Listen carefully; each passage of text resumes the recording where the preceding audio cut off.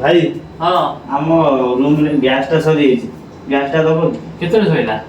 ସରିଯାଇଛି 5-10 ମିନିଟ୍ ହେଲା। ହଉ ରହ ମୁଁ ମାମୁଁ ଯୋଉ ସାଙ୍ଗରେ କଥା ହେଇ କହିବି ଆଉ। ମୁଁ ଟିକେ ବୁଝି କହିବ ଟିକେ ଫୋନ ହଁ ମୁଁ ଏଇନା ରହ ତୁ ବ୍ୟସ୍ତ ନା ମୁଁ 2 ମିନିଟ୍ ବୁଝିକି କହିବି। ହଉ ମୁଁ ଯାଉଛି। ହଁ ଯା ହଉ ଫୋନ କରିବି ଆଉ। ହଉ ହଉ ହଉ ଭାଇ ସେ କଣ କରୁଛୁ? କଣ ଗ୍ୟାସ କଣ କରିଲୁ ଭାଇ?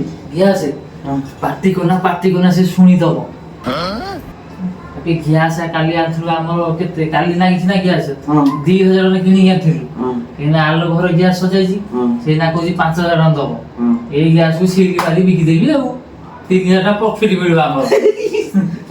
ଶୁଣିଦବ ଆଇ ଶୁଣିଦବ ଭାଇ ସତରେ ଆଉ ହଁ ଏବେ ହେଇ ଶୁଣି ଦେଖ ମୁଁ କହୁଛି ପାଟି କନା ହେଇ ଶୁଣିଦବ ନିଜ ଗାଁ ଲୋକ ହେଇକି ବମ୍ବେରେ ଆସିକି ପଟି ମାରୁଛ ଆମକୁ ଆଉ। ନାଇଁ ସତରେ ତମ ଗାଁ ଲୋକ ପଟି ମରା ଆଉ। କହୁଛି ସେ ଶୁଣିଦବ ଦେଖିଲୁ